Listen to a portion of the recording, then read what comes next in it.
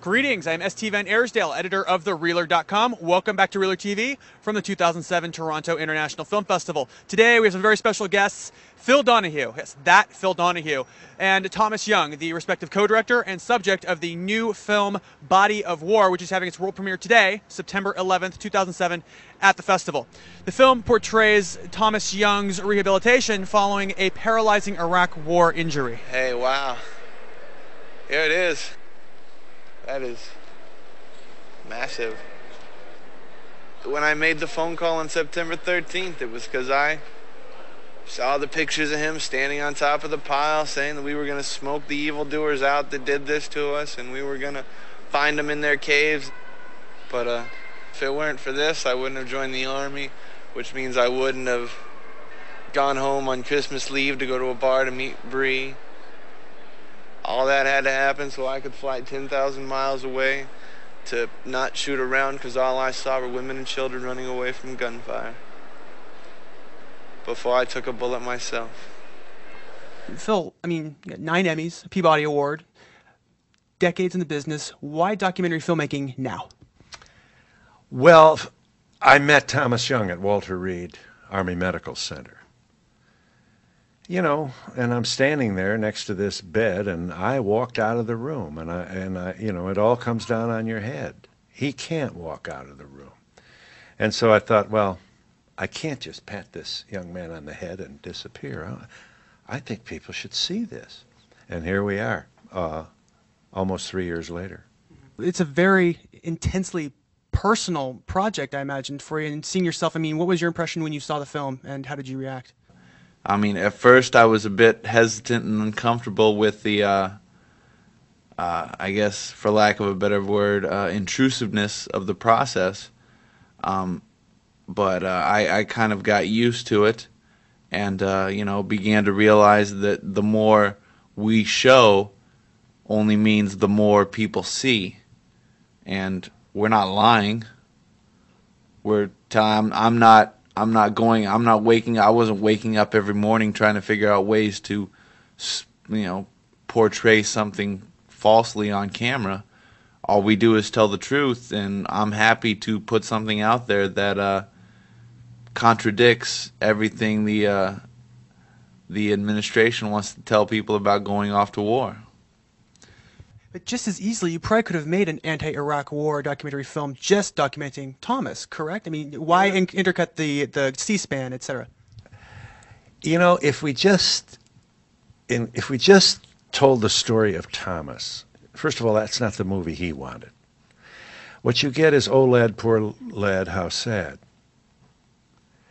Tomas wants to make a statement, and so do I.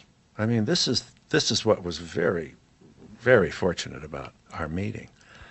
And we think the film does now. We think the film has political bite, and it also, I think, steps up to what I believe should be a tenet, an axiom when my country goes to war, and that is, don't sanitize the war. What, I guess, impact can this film have, do you think, in the months and the election year ahead? Well, first of all, we're in the majority. The vast majority of the American people now see it, in spite of the mainstream media's early selling of this war.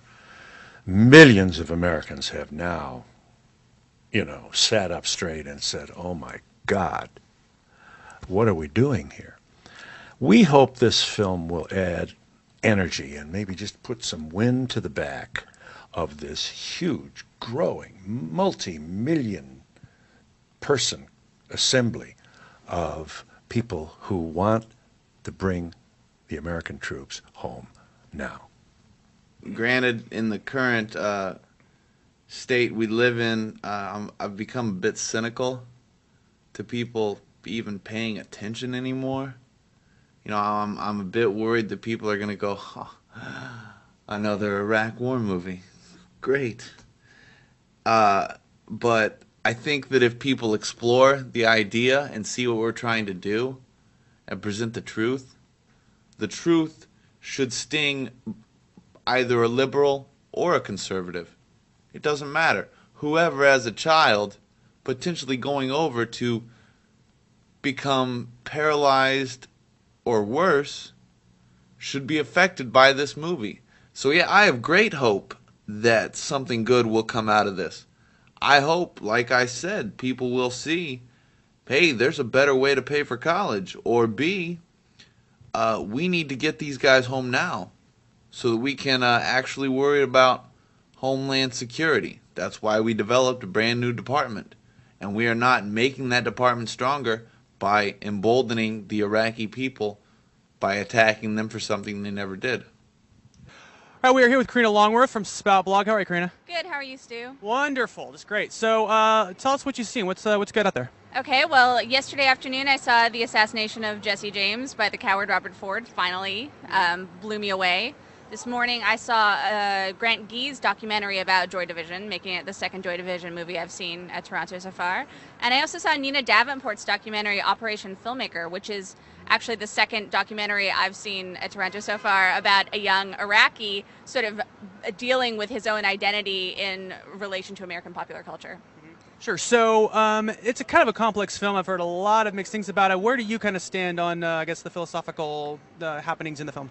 I'm really interested in the conflict between the Hollywood filmmaking element in the movie and the young Iraqi guy. I mean, I think that the big issue in the movie is that the filmmaker herself, Nina Davenport, her voice is very much there, and she's saying over and over again, this guy keeps borrowing money from me, he keeps trying to blackmail me, he keeps taking advantage of me, and yet I let him do it because I've got this white guilt about, you know, what Americans are doing in Iraq.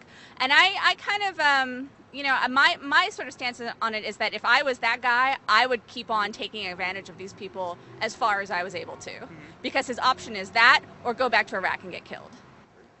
All right, well, thanks to Karina for joining us. Remember, you can catch Karina's coverage of Toronto and read about all kinds of Toronto films at spout.com. Also, check out thereeler.com for more news, notes, and other odds and ends about the New York films here in Toronto. For Reeler TV, I am St. Van Ayersdale, signing out.